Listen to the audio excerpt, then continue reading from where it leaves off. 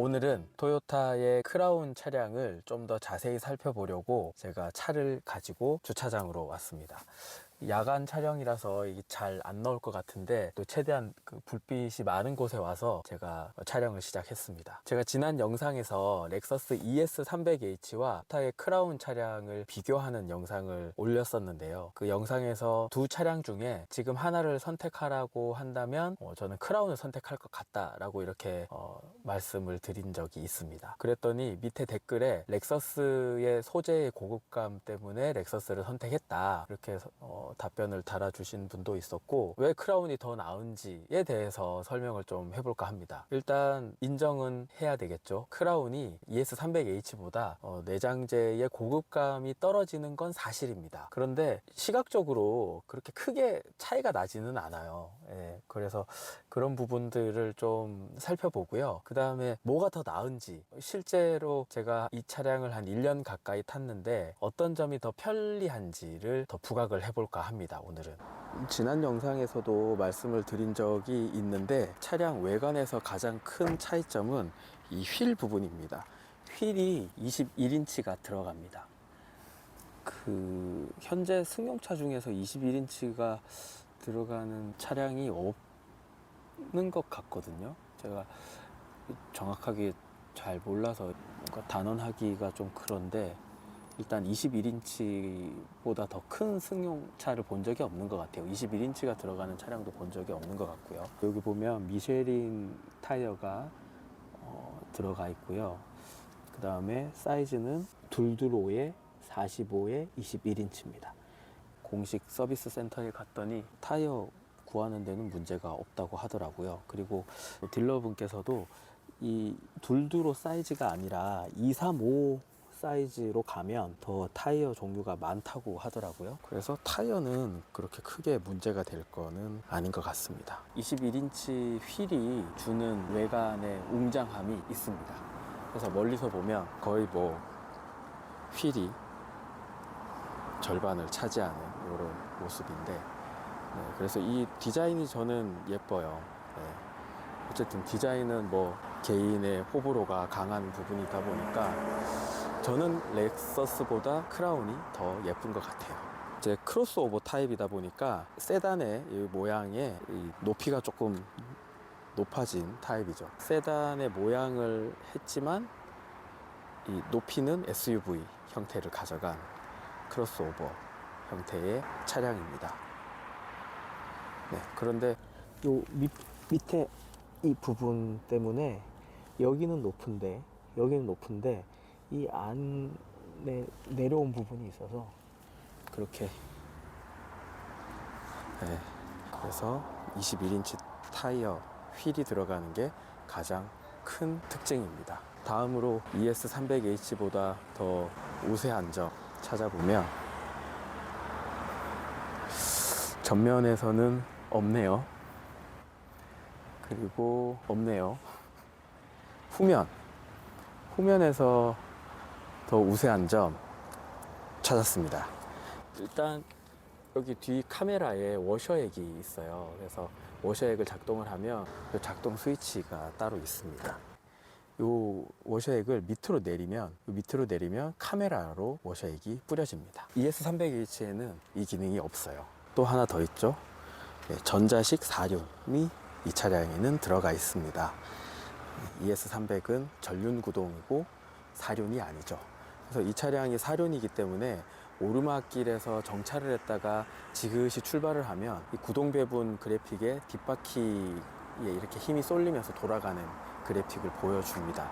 그래서 실제로 운행을 해봐도 오르막길에서 이렇게 지그시 가속 페달을 밟으면 밀어주는 그런 느낌이 있습니다. 그리고 외관에서 하나 더 찾으면 샤크 안테나, 지난번 영상에서도 제가 설명을 드렸는데 이 차량에는 샤크 안테나가 있어요.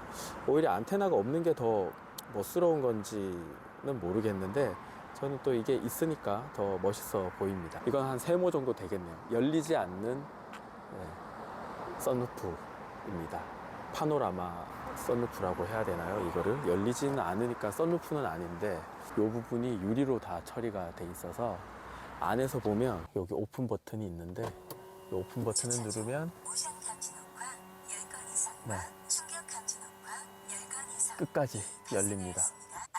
실제로 낮에는 볕이 너무 뜨거워서 열 일이 없어요. 흐린 날에 열면은 좋기는 한데 보통 잘 안 열죠. 썬루프가. 근데 얘는 열리진 않습니다. 열리진 않지만 개방감이 되게 커서 뒷자리에 타면, 뒷자리에 탄 사람이 이렇게 개방감이 되게 좋게 장거리를 여행을 가도 좋습니다. 외관에서는 이게 다네요. 네. 크라운이 렉서스보다 더 나은 점. 뒷좌석 폴딩 기능이 있다 입니다. 렉서스에는 이게 없어요. ES에는 조금 더 긴 물건도 이렇게 실을 수가 있습니다. 근데 실제로 쓸 일이 잘 없죠. 세단 타면서 그만한 물건을 실을 일도 잘 없고 ES에는 없는 기능입니다. 그리고 이 차량은 전동식 그 트렁크가 들어가 있는데 24년 6월에 제가 이 차를 출고를 했거든요. 그 전에 출고했던 차량들은 이 기능이 안 들어가 있고 그 제가 출고를 할 때 이 기능이 들어가서 100만 원 정도 차 가격이 올라갔었습니다. 이 트렁크 커버를 이렇게 넣어놨어요.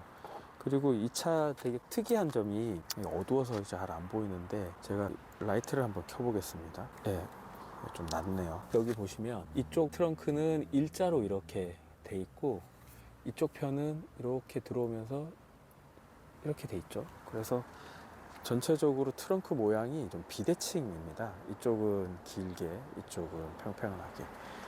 왜 이렇게 들어가 있는지 모르겠는데 여기에 배터리가 있어서 그런 것 같습니다. 네. 배터리가 들어가 있고요. 네. 배터리가 없었다면은 얘도 이렇게 들어갔을 것 같네요. 네. 배터리 자리가 들어가 있습니다. 그리고 이 차량이 또 하나 더 좋은 점이 방금 생각이 났습니다. 여기 위에 보시면 트렁크 위에 내장재가 이렇게 발려져 있어요. 근데 ES에는 이게 없습니다. 그래서 바로 철판이 보이거든요. 그래서 이것도 ES에 비해서 나은 점이라고 할 수 있을 것 같습니다. 근데 제가 처음 봤는데 이게 구멍이 여기 이렇게 나 있네요. 이거 왜 이렇게 구멍이 나 있지? 원래 이렇게 구멍이 나 있나? 원래 여기가 우퍼 자리인가 봅니다. 저도 실제로 여기를 처음 들여다보는데 구멍이 나 있네요. 아와야. 매트도 똑같이 이것도 알리에서 구매를 했는데 이렇게 3D 타입으로 되어 있는 고무 같기도 하고 플라스틱 같은 이 매트를 깔았습니다. 버튼으로 닫을 수도 있지만 이 트렁크를 킥으로 열고 킥으로 닫을 수도 있습니다. 이러면 트렁크가 닫힙니다. 이건 ES300H도 있는 기능입니다. 도요타에는 다 이런 기능이 들어가 있는 것 같아요. 토요타 시에나에도 그 슬라이딩 도어가 이렇게 킥으로 열리더라고요. 외관에서 아쉬운 점이 하나 생각이 났는데 여기 지금 화면으로도 조금 보이는 것 같거든요. 제가 가까이서 한번 볼게요. 여기 보시면 이게 이제 철판이고 여기는 플라스틱이잖아요. 제 차가 스노우 화이트 펄인데 이쪽 차량 색상하고 이쪽 차량 색상하고 다릅니다. 이 바탕이 달라서 그런지 이쪽이 조금 더 플라스틱 부분이 좀 누렇게 보이시지 않나요? 이게 좀 실제로 좀 누렇거든요. 이 부분이 좀 더 하얗고 그래서 밝기 차이가 좀 납니다. 요즘은 현대기아 차도 이렇게 밝기 차이가 안 나는데 이 부분은 좀 아쉽네요. 제 차만 그런 건지 모르겠는데 외관은 이 정도 차이가 있고요. 그럼 실내를 한번 보겠습니다. 실내로 들어왔습니다. 내부에서의 장점이라고 해야 될까요? 자, 한번 찾아볼게요. 이게 기능은 있는데 버튼의 편의성의 차이라고 해야 될까요? 그런 게 있어요. 오토 라이트 버튼이 있는데 여기에 있는 라이트를 실제로 온오프하는 이 스위치를 오토로 맞춰 놓고 이게 상향등을 원래 비치게 되면 이렇게 파란색으로 표시가 되잖아요. 요거를 오토로 조정을 해주는 버튼이 여기 있습니다. 렉서스 ES300은 여기 옆에 여기에 이렇게 누르는 타입으로 버튼이 되어 있고 불이 들어오죠. 그래서 요 버튼 차이는 있지만 기능은 동일합니다. 하지만 제가 실제로 좀 어두운데 이렇게 운행을 해보면 이 차량이 조금 더 적극적으로 이렇게 움직인다고 해야 되나요? 이거는 제가 기술적인 부분을 몰라서 제가 단언하기가 좀 그런데, 뭐 예를 들면 아주 어두운 그 시골 산길을 이렇게 내려올 때 이쪽 라이트는 이렇게 어두워지고 여기만 밝고, 대신에 이쪽에 동승석 쪽 밝기가 확 올라가고 이런 기능이 있더라고요. 렉서스는 좀 그런 게 능동적이지 않다고 해야 되나? 그런 기능이 없는 것 같아요. 능동적인 것 같다, 그렇게 보여지고요. 지난번에 이 계기판이 신형이다, 지금 토요타 제품이. 그래서 이 부분을 좀 바꿀 수 있다고 제가 말씀을 드렸었는데, 그럼 이 부분이 어떻게 바뀌는지 제가 한번 실제로 보여드릴게요. 제가 지금 세팅은 이렇게 제가 그냥 보기 편한 방식으로 세팅을 해 놓은 건데, 이 부분을 조금 더 자세하게 한번 살펴보겠습니다. 이렇게 돼 있는데, 먼저 설정을 한번 들어가 보겠습니다. 일단 미터 설정이 있죠. 미터 설정을 한번 들어가 보겠습니다. 미터 설정에 미터 유형이 있네요. 미터 유형을 보면 이게 이렇게 이 두 가지로 나오는 형태가 있고, 이렇게 한 가지로, 이게 좀 렉서스 지금 현재 디자인과 좀 비슷하죠. 이렇게 바뀌기도 하고, 위젯,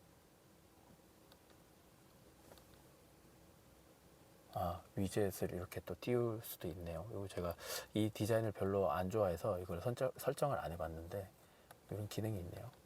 이 기능을 하면 가운데 속도계가 이렇게 나오게 보면 이렇게 3분할로 바뀌네요. 그 계기판 자체가 아예 없어지네요, 이렇게 들어가니까.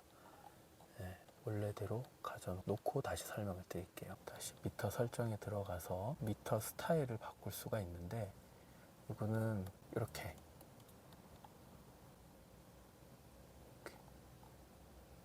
네, 스포티하게, 스마트하게, 캐주얼하게, 터프하게,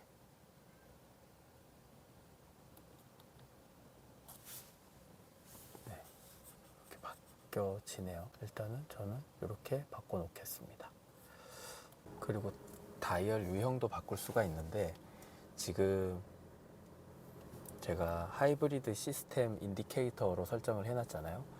그래서 여기에는 지금 RPM 수치가 이제 안 나오죠. 주행을 하다가 브레이크를 밟으면, 여기 지금 이게 바늘인데 밟으면 이게 충전 쪽으로 이렇게 바늘이 떨어집니다. 그리고 첫 시동에서 이제 배터리, 엔진 개입 없이 주행을 할 때에는 RPM이 올라가지 않으니까. 근데 이걸 제가 타코미터로 해놓지 않은 이유가, RPM을 쓰지 않으니까 얘가 가만히 있더라고요. 네, 그래서 그게 좀 이상하다고 해야 되나? 그래서 그냥 저는 하이브리드 인디케이터로 놓고 사용을 합니다. 뭐가 설정이 되게 많습니다. 이게 보면 이런 것들이 되게 많은데, 네,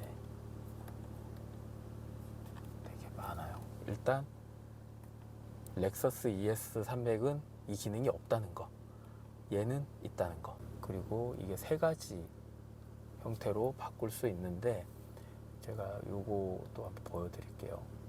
지금 얘 가운데를 지도로 놓을지, 아니면 드라이빙 지원이라고 해서 차간 거리를 보여주는 화면을 넣을지, 메시지를 넣을지, 이런 것들을 설정할 수가 있습니다. 가운데 화면도.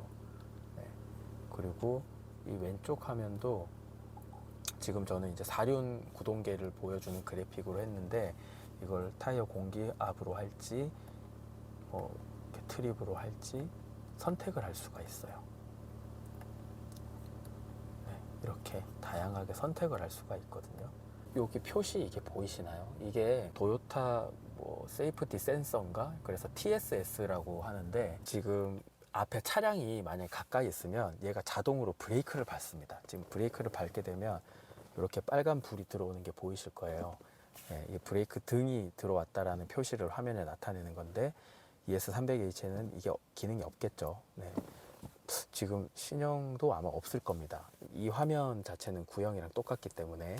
그래서 차가 가까이에 오면 주행 중에 얘가 알아서 제동을 먼저 해줍니다. 차간 거리를 설정을 해준다고. 이거는 전방 차량 그 긴급 정지 하는 것과는 별개로, 스마트 크루즈 컨트롤을 하지 않았어도 앞에 차가 가까워지면 얘가 자동으로 브레이크를 잡습니다. 그래서 차간 거리를 좀 유지를 자동으로 해주거든요. 이 기능이 굉장히 편리합니다. 운전의 그 신경나 주의를 조금 덜 기울여도 차간 거리를 계속 유지를 해주고, 발보다 먼저 얘가 반응을 해주니까 제가 조금 늦더라도 차간 거리를 줄이는데 아주 큰 도움이 되죠.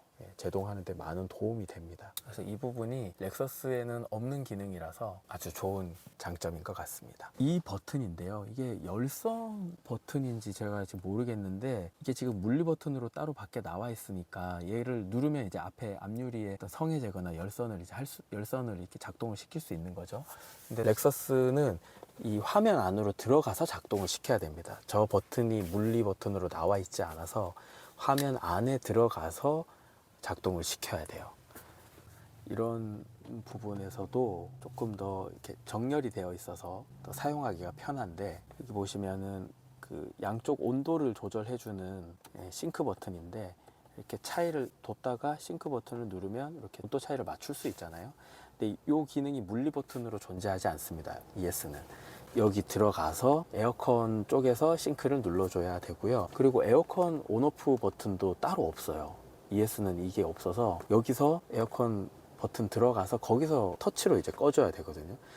가끔 에어컨 이게 오토로 해두면 에어컨은 상시 작동이 되면서 온풍 기능이 나오는데, 에어컨을 좀 말려주면 좋다고 하잖아요. 왜 에어컨을 작동을 하다가 주차하기 전에 뭐 에어컨 버튼을 꺼서 송풍 기능으로 그 안을 좀 말려주면은 뭐 곰팡이가 피는 것도 좀 막아지고 한다는 그런 게 있잖아요. 에어컨 버튼을 끄고 싶을 때 이렇게 바로 물리 버튼으로 끌 수 있다는 게 좀 편리합니다. 렉서스는 이 안에 화면 안에 들어가서 끄고 해야 되니까 손이 좀 더 가죠. 이 부분도 크라운이 더 편리합니다. 이게 무선 충전이 크라운은 여기 안에 있잖아요. 그래서 일단 휴대폰을 여기다 바로 이렇게 꽂으면 되는데, 렉서스는 이 안에 있어요. 이 안에 여기 얹어야 되거든요. 그러니까 손이 한 번 더 가죠. 이렇게 해서 넣어서 맞춰서 넣고 이렇게 닫아야 되는 그런 불편한 점이 있습니다. 또 하나 더 생각이 났는데, 이 화면을 보는 버튼이요, 이게 여기 있습니다. 크라운은 여기 있는데 ES300H는 여기 있어요. 그걸 왜 거기다 만들어 놨는지 모르겠는데 여기 있습니다, 버튼이. 그래서 운전을 하다가 앞을 보려면은 여기서 이 버튼을 누르고 이렇게 봐야 되는 거죠. 근데 얘는 기어 조작을 하면서 바로 이렇게 누를 수 있으니까 작동 편의성이 더 있죠. 그리고 앞에 물체가 가까워지면 자동으로 앞에 화면을 보이도록 설정은 두 차량 모두 할 수 있습니다. 기어 조작을 하다가 우리가 바로 화면을 보고 싶을 때가 있잖아요. 그럴 때 얘가 좀 더 직관적입니다. 그리고 여기 보시면은 이 볼륨 조절하는 방식이 키가 이렇게 올리고 내리고, 이 부분도 좀 키가 직관적이에요. 그 ES는 이렇게 버튼식으로 돼 있죠. 이렇게 줄이고 이렇게 올리고 이렇게 되어 있습니다. 크라운은 내장재에 플라스틱이 많아서 좀 그랬다, 이런 댓글을 제가 봤는데, 여기 지금 이제 내장재가 보면 여기는 완전 플라스틱, 여기는 가죽이 감싸진 플라스틱입니다. 가죽의 질감이 막 그렇게 좋게 느껴지지는 않지만 뭐 그래도 나쁘진 않습니다. 그리고 여기도 플라스틱이고 이렇게 플라스틱인데, ES는 조금 더 고급스럽죠. 하여튼 여기는 가죽이 맞아요. 가죽이 맞는데 얼마만큼의 좋은 가죽이 들어갔는지는 모르겠습니다. 근데 이게 촉감이 나쁘지 않거든요. 여기도 불이 들어옵니다. 앰비언트 라이트 이런 거는 없죠. 그리고 여기 부분도 얘도 지금 가죽인데 여기는 플라스틱이고요. 그 다음에 여기도 플라스틱인데 여기는 가죽이고, 이 부분도 약간 그 퐁신퐁신한 그런 부분이 돼 있어요. 이 내장의 가죽 감싸기나 뭐 이런 방음의 문제라든지 이런 것들에 조금 더 고급감을 느끼고 싶다 그러면은 렉서스 ES300으로 가는 게 맞겠죠. 제가 앞자리를 제일 뒤로 이렇게 해놓은 상태고요. 등받이의 각도는 제가 원래 운전할 때 편하다고 느끼는 각도로 해놓고 제일 뒤로 해놓은 다음에 한번 제일 뒷자리로 가보겠습니다. 그러면은 이게 앞뒤 자리 공간이 이렇게 되어 있고요. 탔을 때 공간이, 무릎 공간이 주먹 하나가 안 들어갑니다.